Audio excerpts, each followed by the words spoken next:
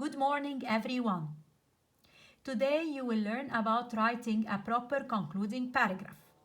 Last time, if you still remember, when I talked about the body paragraphs, I told you that the concluding sentence is not necessary to be added at the end of the body paragraphs since it is left for the concluding paragraph.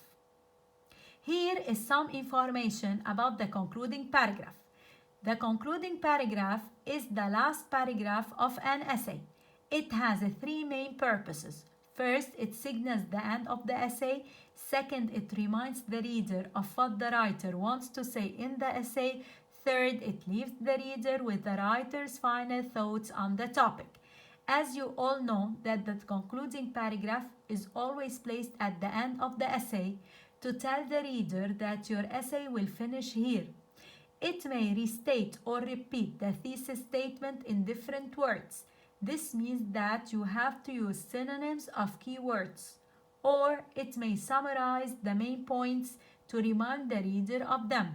In addition, the concluding paragraph includes the writer's final thought or comment, which may be either an opinion, a recommendation, a judgment, or any prediction about the topic.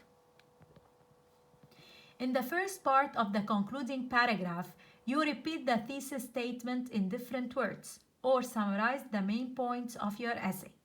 In the second part of the conclusion, you add a final comment.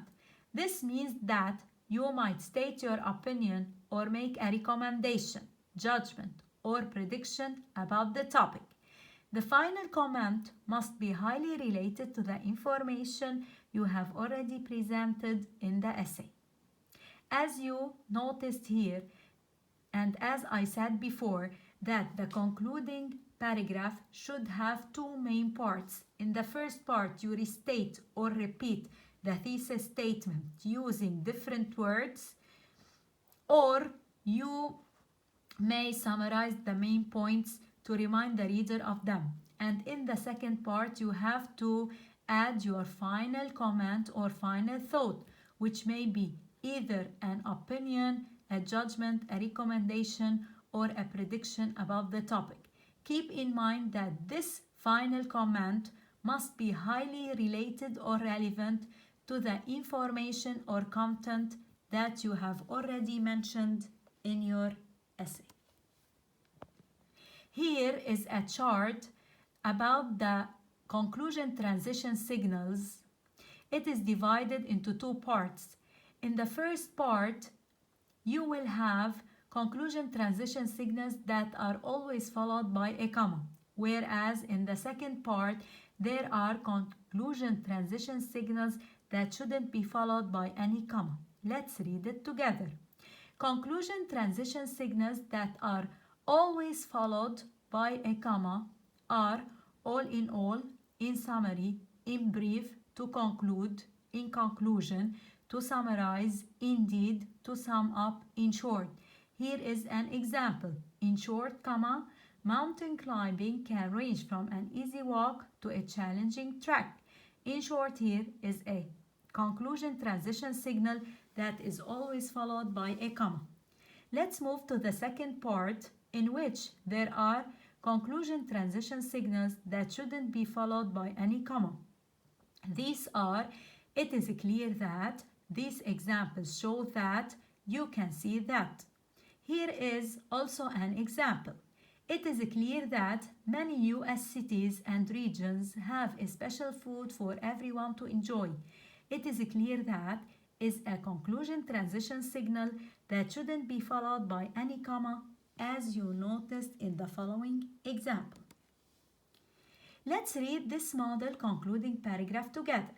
To summarize, comma, teens younger than 16 years old should be allowed to go to the downtown shopping areas whenever they want.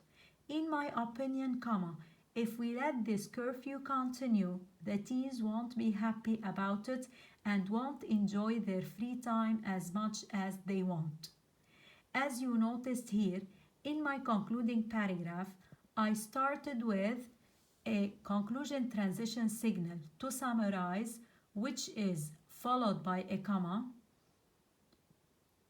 In the first part, I restated or repeated the thesis statement using different words, and in the second part, I gave my final thought, which is my opinion, since I started with in my opinion, which is also followed by a comma.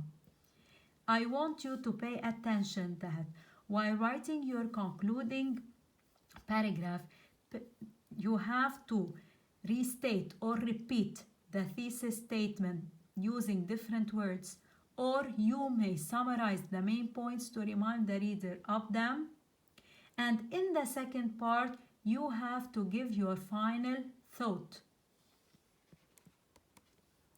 Your next time assignment is to do practice 4, essays 2, 3, and 4 on pages 207, 208, and 209, and practice 5 on pages 210, 211, and 212 in the writing book.